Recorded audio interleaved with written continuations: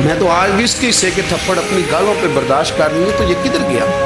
Ardashir نام کا بادشاہ تھا، حضرت محدث ابن الجوزی آج سے کچھ 700 سال پہلے لکھتے ہیں۔ اردشیر بادشاہ بڑا خوبصورت تھا، جوان تھا، بڑا عقل مند تھا۔ اس نے اس طرح کے قریب قریب کی ساری ریاستوں پہ قبضہ کر لیا۔ بڑا عقل مند زیرک تھا، قبضہ ہو گیا۔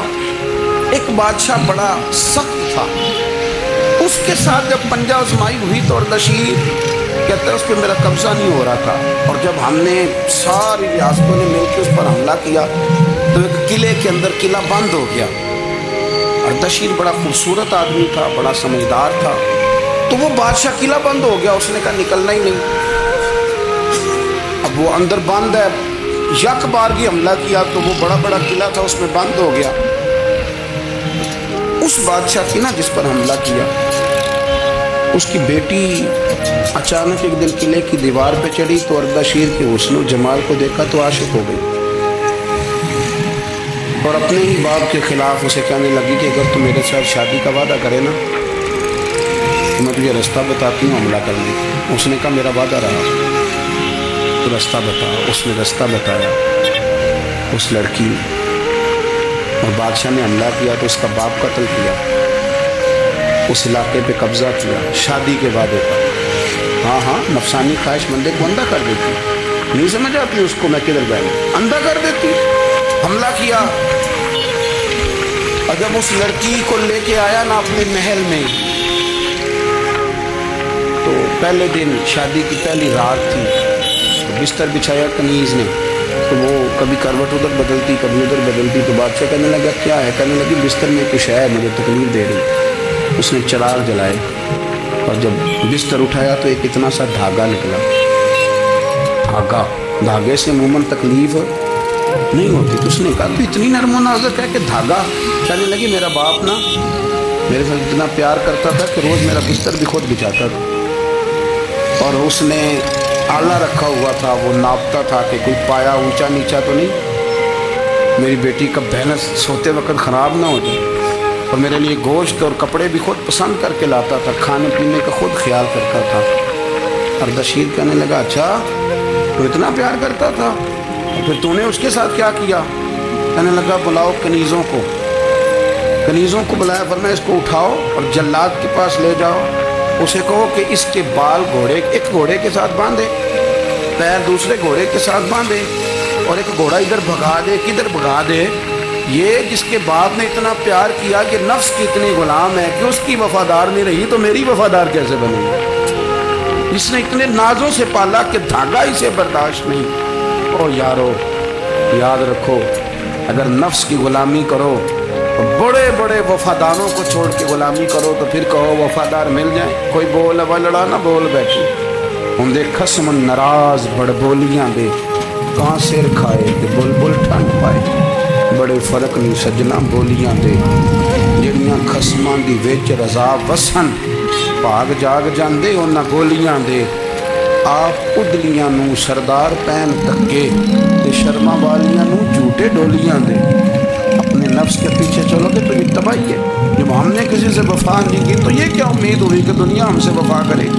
اللہ رسول کی مرضی کے مطابق اصول پسند زندگی بنائیں، ایک ایک کر کے اپنی خواہشات سے پیچھے ہٹیں، تھوڑے پہ گزارا کرنا سیکھیں، اپنے نفس کو سمجھائیں۔